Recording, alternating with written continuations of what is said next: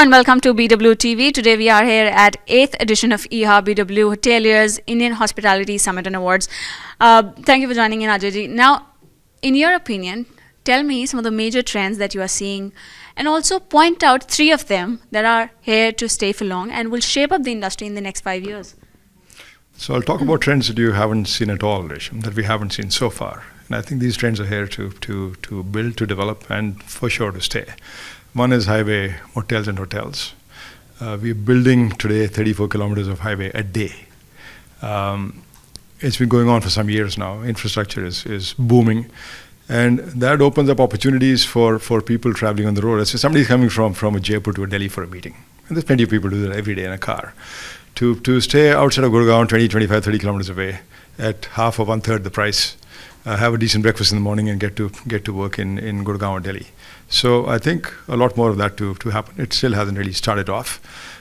Secondly, with our stress levels, people want to get away and not necessarily take expensive flights that are getting more expensive all the time. Resort locations, sort of city resort locations, 3 to 4 hours driving distance from a large city. So your weekends are sold out. You have wedding options. You have off-site options where you're away from home but not too far away.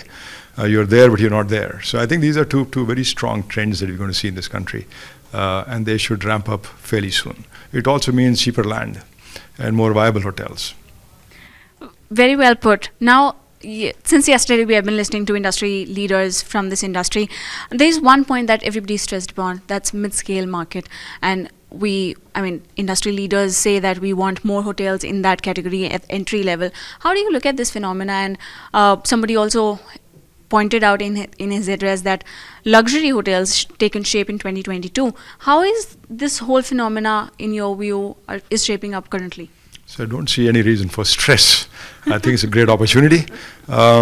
Yes, so the growth will be mid-market to luxury in the scale of 9 to 1 or 10 to 1. Luxury hotels cost a whole lot more money. They take up more land. It's just a very expensive project. Not everyone can do it. So investors are fewer. And mid-market hotels more and more and more. The only big problem in the country in doing mid-market hotels is that land is very expensive in most places. And if somebody buys land at that price, he says, I don't want to have a mid-market. I want a fancier hotel. And that's the historical trait. But yes, you will see more and more in the mid-market.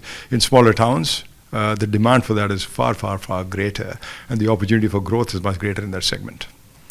Beyond infrastructure and our aspirations to have luxury hotels or for that matter any hotel, you stressed upon the power of people, the quality of talent India has. Talk about that a little more. How do you look at it and how can it actually drive that growth? We have so far followed very conventional methods of finding talent. We've trained people. We've been strong in certain areas. We've been weak in certain other areas. We've had very poor understanding of people, and we've always said, "This is what I want. Can you fit the bill?"